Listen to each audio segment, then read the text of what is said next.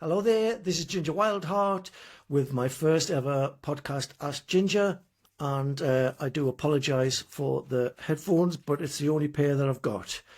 Might as well jump straight in with a question from Russ. Do you get fed up with people moaning about stuff all the time regarding the Wildhearts? Which I think is a good one, because obviously the answer would be yes, but I personally don't. I like people moaning about stuff. It keeps you in the conversation. And the way I figure it, it's just passion misguided. They still love you. Even though they hate you, they still love you. It's just a little bit misguided that that they think it's, you know, people are extreme these days. You know, they've got to have an opinion as opposed to just liking something or disliking quietly. People find that they are they think it's being edgy, being on the extremes, think it's being edgy. But the way I figure it, you know, if this is reality, they're sticking to the end. You know, whether it's positive or negative, they're sticking to the extreme, which is really comfortable. It's a comfortable place to be. It's in the middle. That's the dangerous part, the scary part, why people stay on the extremes. So, you know, they're still people and they still love you and they still have a lot of passion. Our job to get that passion and redirect it and put it somewhere in the middle so we can use it for something positive. But as long as they're there and as long as they're talking about us, then it's still game on as far as I'm concerned. And I don't care whether they like it or not, as long as they're talking about it. You know, there's loads of examples of people making a big deal about not liking something. I think if your message is to put something positive across, then you can't have any negative feeling about what anyone's doing. Yeah, when people are moaning about stuff, I like it. I like that we're still in the conversation. I like the participation between people. Well, I like this. Well, I don't like this. And if that changed, and there was just, I think they're amazing, I would consider our time to be kind of near the end. We've kind of, you know, achieved everything that we can. So as long as people are moaning, I still think it's game on. I still think we've got some work to do. And by Christ, I'm going to take every one of them moaners and all that negativity, and I'm going to change it into positivity. I'm going to do it one person at a time. And when you think, you know, the haters are usually louder than everyone else. So it seems like there's a lot of them. There's not very many of them. So if I'm going to change every one of them haters into a lover, I can do it one person at a time. And to me, that's not bad. That's a good rule to go for. It gives me something to do as well. So yeah, haters, keep on hating, because I've got you. You're still in my grasp, and I'll get you. And I'll turn you around. There's a lot of people saying they already don't like the Wildhearts lineup. They haven't heard the album. I've heard it, and you're all full of shit. You're going to fucking love it, and I know you are. Right. A question from Matt. Has your hearing been affected by all the loud music you make? Yes, it fucking has. I've got really, really bad tinnitus, and you know, I know that it's bad by comparing it to other people who've got tinnitus, and they sound like they've just got a little bit of a squeak or a hiss or a hum going on. Mine is fucking mayhem. It's just like if people just made noises with their voices, it's like King's Cross Station. Yeah, my head just constantly noisy, screaming loud. And it's weird because I live in the middle of the countryside now, where you can't hear anything. I can always hear tinnitus. And I've heard there's machines you can use that do some kind of white noise that cancels out your tinnitus. But I don't know. I haven't tried it yet. And I've heard that there's treatment you can get that gets rid of it. So maybe one day. But I quite like it now. If I get through a period of the day and I haven't heard it, then I feel like that's a good part of the day. And if people had perfect hearing, how would they know that? Well, that feels better. But there's no pity. I don't want any pity. It's all my own fault. When the Wildhearts first started out, I used to go see a lot of bands playing pubs, because we started in pubs and we figured, well, we've got to conquer this level and then get to the next level. The way to conquer that level was to sound better than all the other bands. Well, all the other bands listen to the experts, and the expert in that situation is the sound man. And the sound man will always say, turn your guitars down, I'll make them loud in the PA. And of course, it's all bullshit. It makes their job easier because they're not getting loads of guitars down the microphone. The way I figured it is, A, if the sound man's any good, you can figure the guitars coming through the microphone thing. And B, the front row needs to be fucking blown away by the band. And I used to go see these bands, and it was just all drums and basically nothing else in them tiny gigs. So I thought, we're going to be loud. You're going to struggle getting the drums over our amps. You're young, you've got all your hearing, you don't mind. And I think exponentially we got louder as we got more deaf. And to the point where we went on tour with Motorhead, and we had their monitor guy complain about our onstage volume, Motorhead. And he said, you guys are far too loud. And I went, oh, thanks. And he went, no, I'm serious. You guys are far too loud. And I'm like, no, I'm serious, thanks. Because I just figured that's what it was all about, on-stage volume. I wanted people who were watching from the side of the stage to be blown away, same as the front row. The whole thing had to be immersive, but mainly for us. I needed to get my head crushed by volume. Now, I spent a lot of years standing in front of Rich Battersby and with Danny McCormack to the side, both of which are fairly fond of making quite a sizable racket. And it fucked my ears, basically. I'm not blaming them, I'm blaming myself, because I loved it. And they say that in rock and roll, you're going to sacrifice something, and everyone has sacrificed something if they've been in the game this long. And if I could have had a questionnaire, what are you going to sacrifice? Your health, your physicality, or your hearing? I'd be like, your hearing, obviously, we're going to be really loud. I can deal with that. You don't really care about your hearing till you start losing it. But I've still got a little bit left. But the tinnitus is pretty extreme. And maybe one day I'll get it fixed. Maybe one day maybe there's a doctor out there who can fix me. I don't know. But I got used to it now. I got used to it. So there you go, Matt. I've got one from DazM88. DazM88. Apart from music, what do you find benefits your mental health the most? Well, this is a loaded one, because obviously mental health is a loaded one. What I find personally, and I think everyone's got to deal with their mental health in their own way. There is no right or wrong. In fact, the only wrong is usually what you've been told by a doctor who's read it from a book. So the experts are the people that suffer from mental health issues. The experts are people online and stuff that have been dealing with this for ages. But I do believe that everybody's mental health is like a fingerprint. It's completely personal to you. And my personal way of dealing with it was everything was just getting on top of me. I was overwhelmed by stuff, by stuff that had been going on for ages, stuff that was happening now, like bills and financial problems and stuff. And what I needed to do was just stop. And what you probably need to do if you're having mental health issues is stop, because you can't do anything while you're in amongst all of this overwhelming cacophony of bullshit. To stop and focus on yourself. And that's another thing you're never really taught through life, is to focus on yourself. Ignore everything and focus on yourself. A lot of people with mental health problems think that's probably a bit too selfish, but the actual opposite is true. If you're suffering from any kind of mental health issues that, like depression, that fuck you up wherever you are. You're living in the countryside, living in the city, depression's just going to fuck you up. Anxiety is obviously worse living in the city than living in the countryside. But if you're dealing with something that's not circumstantial, it just fucks you, then my advice would be initially to stop, focus on yourself, and become a ghost for 6 months. I did it, and it took about 12 to 18 months. But to become a ghost, to disappear from everything, start from scratch. Empty sheet of paper, There's nothing else in you. You want to strip yourself back until you're nothing. You're naked, you're vulnerable, everything's gone. Then you need to deal with all of them boxes of shit that over the years has amassed to a warehouse of boxes. And you're looking at all of this stuff that you've been carrying around, and there's only one way to deal with it, and it's one box at a time.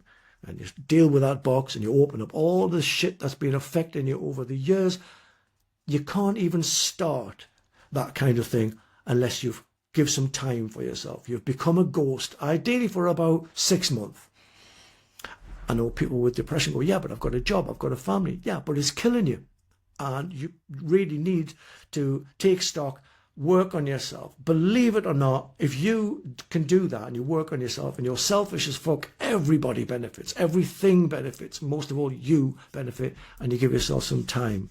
And what I did was I moved into the countryside, because I used to always go to the countryside to write. I'd always say, can you book me like a week, 2 weeks, so I can, free my mind and stuff. And I used to love it. And then go back to the city or back to towns and the distractions, people pissing you off. And every day you walk past 100 people and one of them's going to be a cunt. And, it wears you out, wears you down. You end up going in the house, isolating and hiding from things. You can go outside in the country, or at least I can go outside in the countryside, and I am hiding from things. I'm hiding from all of those distractions. But the thing about the countryside, apart from the consistency, you go out, it's still there. Animals are still doing animal things. But it's no bullshit. There's no lies. There's no agenda. The countryside is the countryside. In fact, it's inviting you in to be part of it. And I sit by the water now with Maggie, happily sploshing in the water, which is the only sound I can hear, apart from fucking tinnitus. And I've got more in common at that point with the trees, with the roots of the trees, than I have with all the bullshit that's going on.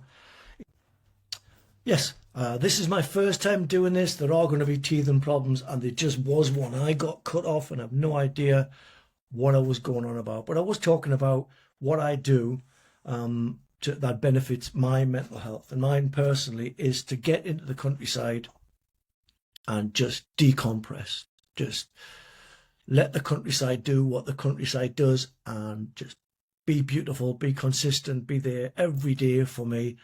Man, there's nothing better for your mental health than if you run into a bunch of animals and then they look at you, size you up and down and go, oh, he's okay. That's better. There's no bullshit. There's no agenda there. They just think you're all right. So that's what I do, and I try and apply the stuff and the calm that I get from the countryside. And I try and go back into society or back into gigs or where it's pretty chaotic, and try and extend it, try and keep it going. And I have to say, I'm not doing 100% successfully yet, but I'm still learning. And every day is a school day. And you got to realise that, you're learning stuff because you don't fucking know everything. Right, this question. I know these answers are waffling a little bit. You'll find that I do waffle a little bit, apart from when I'm waffling a lot. I always want to know if King Rat was about Pepe Marcello. This is from Mark Friedlander. And the answer is yes. For anyone who doesn't know who Pepe Marcello is, Pepe Marcello is the singer and songwriter of a band called Good Rats. Now, when I was a kid, I would just, like every other kid, you're into superheroes, or you're into, Marvel comics, which are superheroes. What am I talking about there? Mine was Kiss. I used to move around all the time to different schools. And when I used to go to different schools, they'd have different art on the walls. But, we used to stick all art on the wall. We didn't, the teachers did, and I used to look at it, and there would always be all these different album covers, but there'd always be pictures of Kiss. At that age, first year, what are you, 13, I'd never seen anything like Kiss, and I just thought, I like that, whatever it is. If it's a movie, a comic, and people say, oh yeah, it's his band. I'm like, okay, I like them already, whatever the music sounds like. And it was a bit like that. You put the music on, you go, this is what they sound like. It'll do me. Kiss Alive 2. I opened up the middle of Kiss Alive 2 and was just like, gives a shit what they sound like. I'm in. And I was a Kiss fan before I'd really heard anything that challenged that knocked it off the perch. But there was no Google, there was no Wikipedia. You couldn't find out about new bands. You certainly couldn't hear about how many albums they had out. So you find a band in the bargain bins. Anyone from England who collects vinyl will know that the bargain bins used to have thick cardboard on the American imports, and there'd be a corner missing, or there'd be a corner clipped. So I used to look through the bargain bins, and I saw this one band that looked kind of the opposite to Kiss. They all had beards. They looked weird. They didn't look like your dad kind of men. They looked like men who had stories to tell. And I thought, this is going to be either the biggest pile of crap, or it's going to be worth buying for all of 10 pence or whatever it was. And it was the Good Rats, and I took it home and I heard it, and it was one of those moments, and there's been a few in my life, but it was one of those moments where everything changed. You listen to it and everything changed. And these guys weren't singing about baby, baby, and I don't mean maybe kind of lyrics like Kiss did.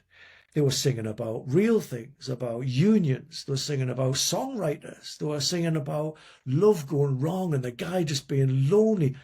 I'm thinking, I don't even know if I'm old enough for this, but I'm in. And this is before punk. And I remember at that point, the Good Rats took over from Kiss, and I spent every weekend looking through bargain bins to see if they had any more albums. Oh, they've got another one. They must have at least more than two.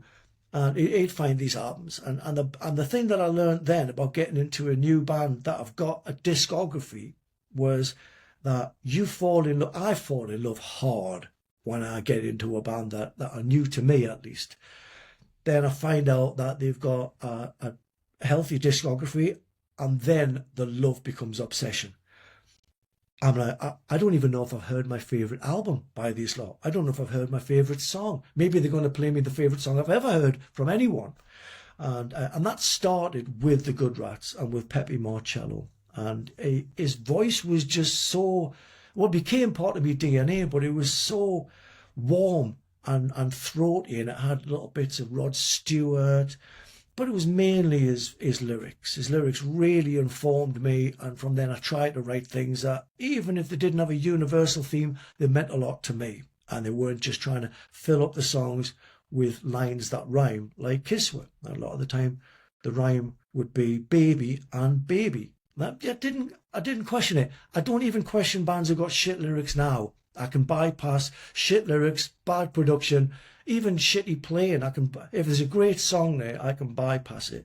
But yeah, when Pepe Marcello died, it really did take a part of me.